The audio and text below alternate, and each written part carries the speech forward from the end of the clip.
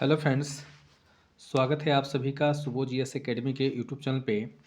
साथियों, आज हम लोग एनसीईआरटी सार संग्रह बुक से भारतीय संविधान की विशेषताएं के बारे में पढ़ेंगे। और यह जो है किसी भी कंपटीशन के एग्ज़ाम में, चाहे आप रेलवे का एग्ज़ाम दें, बिहार सीजीएल दें, बिहार एसएससी, दरोगा या टीचर, किसी भी एग्ज़ाम का अगर आप तैयारी कर रहे हैं या आप देंगे भविष्य में, तो यहाँ से एक नए क्वेश्चन आपको देखने के लिए मिलेगा। तो आइए बिना देर किए हुए शुरू करते हैं और आप शुरू से लास्ट तक बने रहिएगा, क्योंकि इसमें सारा इंपॉर्टेंट क्वेश्चन है। और क्वेश्चन के लास्ट में हम आपसे एक प्रश्न पूछेंगे, उसका जवाब आप लोग मुझे कमेंट बॉक्स में देंगे। तो चलिए क्वेश्चन को शुरुआत करते हैं। देखिए, हेडिंग डाला हुआ है भारतीय संविधान की विशेषताएं। पहला क्वेश्चन है, संविधान में हमारे राष्ट्र का उल्लेख किन नामों से किया गया है। अब एक क्वेश्चन काफ़ी इंपॉर्टेंट है, जिसको नहीं पता है वहाँ वो क्या मारेंगे, तो जो है हिंदुस्तान मार देंगे, इंडिया मार देंगे, कुछ भी मार सकते हैं। तो देखिए, याद रखिएगा, आपको जो है बेवकूफ़ बनाने के लिए वहाँ पे इंडिया भी देगा और हिंदुस्तान दे सकता है, आर्यावर्त दे सकता है, कुछ भी दे सकता है। तो आपको क्या मारना है, तो भारत मारना है ना। तो दिया हुआ है कि संविधान में हमारे राष्ट्र का उल्लेख किन नामों से किया गया है। तो याद रखिएगा, इंडिया दैट इज़ भारत, यानी कि इंडिया अर्थात भारत, यानी कि हमारे देश का नाम संविधान में भारत नाम से उल्लेखित किया गया है। क्षमा कीजिएगा। भारतीय संविधान में किस प्रकार की भारतीय संविधान में किस प्रकार की शासन प्रणाली की व्यवस्था की गई है। ये भी क्वेश्चन इंपॉर्टेंट है, तो याद रखेंगे, भारतीय संविधान में जो है संस्थात्मक शासन प्रणाली की व्यवस्था की गई है। संस्थात्मक शासन व्यवस्था में विधायिका का कार्यपालिका पर नियंत्रण होता है, यानी विधायिका जो हैं उनका नियंत्रण किस पे होता है, तो कार्यपालिका पर विधायिका का नियंत्रण होता है।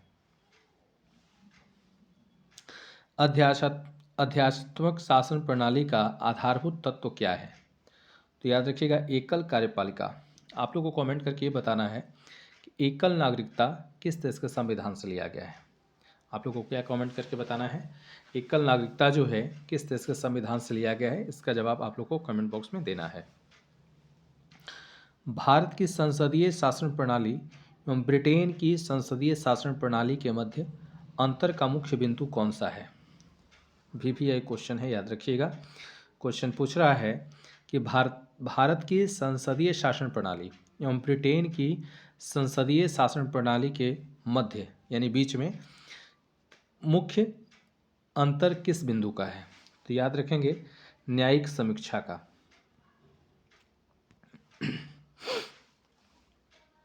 भारत का संविधान परिसंघीय है, यह किससे निर्धारित होता है।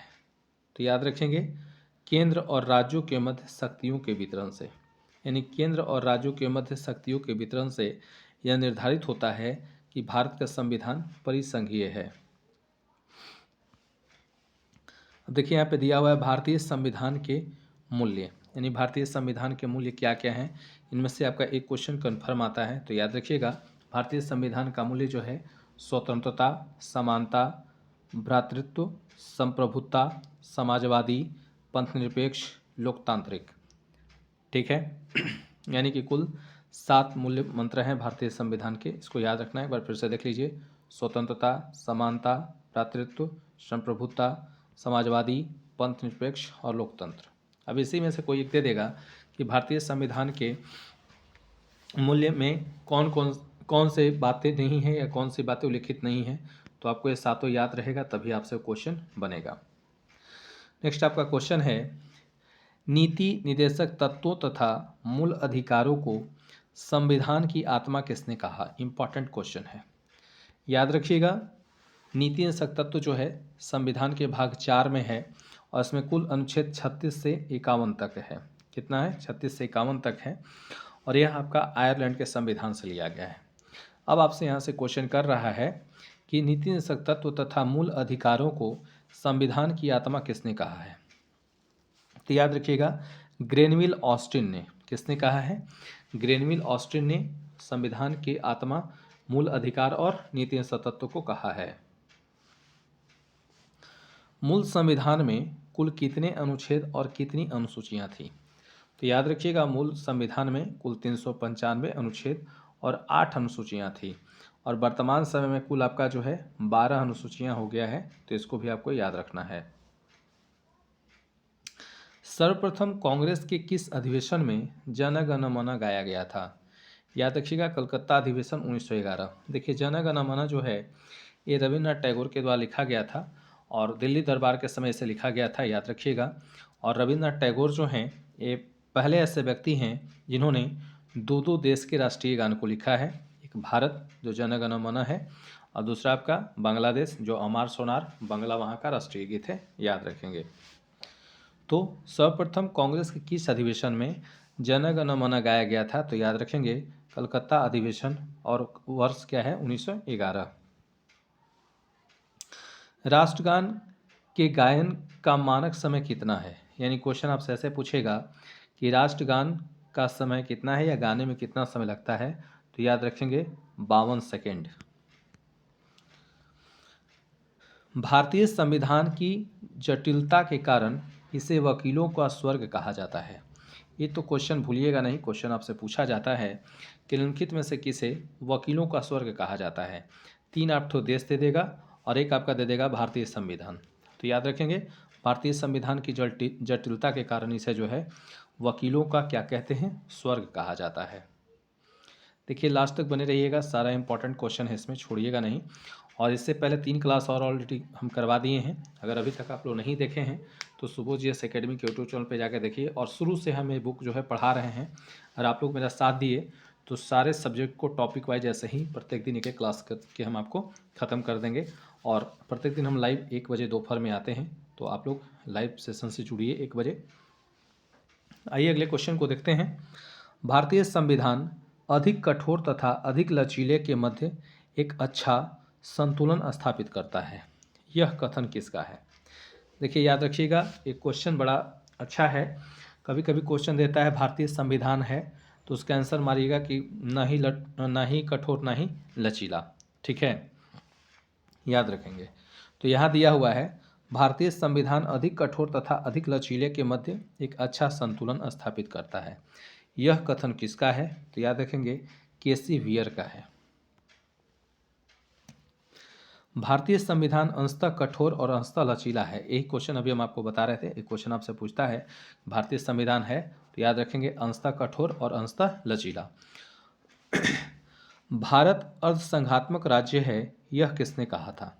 तो याद रखेंगे केसी व्हीयर ने भी जो है कहा था कि भारत अर्धसंघात्मक राज्य है, यह भी स्टेटमेंट केसी व्हीयर का ही है। भारतीय संविधान के बृहद होने का क्या कारण है? तो याद रखेंगे संघ तथा राज्यों का एकल संविधान, यानी कि भारतीय संविधान का बड़ा होने का कारण क्या है कि भारत में संघ और राज्यों का सभी का एक ही संविधान है। अपनी राष्ट्रवादी प्रतिक्रिया में भारतीय संविधान के निर्माताओं ने अल्पसंख्यकों के हितों तथा भावनाओं के महत्व को कम करके आका है, यह कथन किसका है? तो याद रखेंगे आइवर जेनसिंग का है। एक बार फिर से इस क्वेश्चन को करेंगे। देखिए, क्वेश्चन दिया हुआ, थोड़ा सा इसको बड़ा कर लेते हैं। क्वेश्चन दिया हुआ है कि अपनी राष्ट्रवादी प्रतिक्रिया में भारतीय संविधान के निर्माताओं ने अल्पसंख्यकों के हितों तथा भावनाओं के महत्व को कम करके आका है, यह कथन किसका है? याद रखेंगे आइवर जेनसिंग का। भारत में राजनीतिक सत्ता का प्रमुख स्रोत कौन है? तो याद रखेंगे जनता। भारत में जनता जो है राजनीतिक सत्ता का प्रमुख स्रोत है।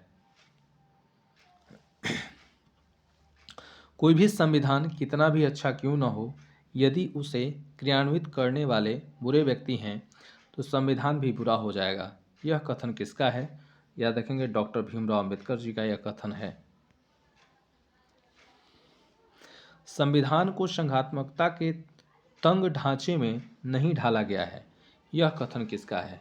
तो डॉक्टर भीमराव अंबेडकर।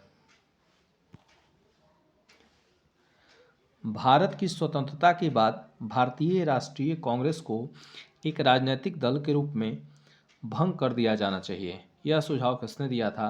तो महात्मा गांधी ने। महात्मा गांधी कहे थे कि भारत की आज़ादी के बाद जो राष्ट्रीय कांग्रेस है इसको भंग कर दिया जाएगा, लेकिन होता क्या है आपको पता ही है कि गांधी जी की हत्या हो जाता है और कांग्रेस पार्टी का विघटन नहीं हुआ और आज भी कांग्रेस भारत में है। भारतीय संघवाद को सहकारी संघवाद किसने कहा? तो याद रखिएगा ग्रेनविल ऑस्टिन ने। ग्रेनविल ऑस्टिन ने क्या कहा? तो भारतीय संघवाद को सहकारी संघवाद। अध्यात्मक शासन प्रणाली में कार्यपालिका की समस्त शक्तियां किसमें निहित होती है? याद रखिएगा राष्ट्रपति में। और ये आर्टिकल 53 में इसका वर्णन है कि राष्ट्रपति में संघ की समस्त कार्यपालिका शक्ति निहित है, याद रखिएगा। मौलाना अबुल कलाम आज़ाद ने संविधान सभा में वयस्क मताधिकार को 15 वर्ष के लिए स्थगित करने की बात कही थी। एक क्वेश्चन पूछा जाता है कि किसने संविधान सभा में वयस्क मताधिकार को 15 वर्ष के लिए स्थगित करने की बात कही थी? तो याद रखेंगे मौलाना अबुल कलाम आज़ाद। और आपसे क्वेश्चन पूछे कि स्वतंत्र भारत के पहले शिक्षा मंत्री कौन थे? तो मौलाना अबुल कलाम आज़ाद ही थे, याद रखिएगा। भारत का राष्ट्रीय पशु कौन सा है? तो ये तो आपको पता ही होगा, बाघ है। और राष्ट्रीय पुष्प कमल, ये भी आप जानते हैं। और राष्ट्रीय पक्षी मोर, ये तीनों आप जानते हैं। नेक्स्ट आपका क्वेश्चन है भारत के राष्ट्रीय ध्वज के चक्र में कितनी तिलियां हैं? तो याद रखिएगा 24 है। ठीक है, इस चैप्टर का लास्ट क्वेश्चन देखिए नीचे दिया हुआ है, इसको पढ़ेंगे हम लोग। दिया हुआ है एस.आर. बोमई बनाम भारत संघवाद 1994 में उच्चतम न्यायालय ने कहा कि भारतीय संविधान एक परिसंघात्मक संविधान है। तो इसमें जितना भी क्वेश्चन था आपका सभी को हम लोग अच्छे से एक एक करके पढ़ लिए। अब आप लोग से हम पूछ रहे हैं क्वेश्चन और आप लोग उसका जवाब कमेंट बॉक्स में दीजिएगा। बहुत छोटा सा क्वेश्चन है। क्वेश्चन ये है कि HRA का गठन कब किया गया था? यानी हिंदुस्तान रिपब्लिकन एसोसिएशन जो है HRA, इसका गठन किस वर्ष किया गया था? इसका जवाब आप लोग मुझे कमेंट बॉक्स में देंगे। तो चलिए सेशन को यहीं पे समाप्त करते हैं। आप लोग को मेरा यह प्रयास कैसा लगा आप लोग कमेंट करके जवाब देंगे। चलिए सेशन को समाप्त किया जाता है। जय हिंद।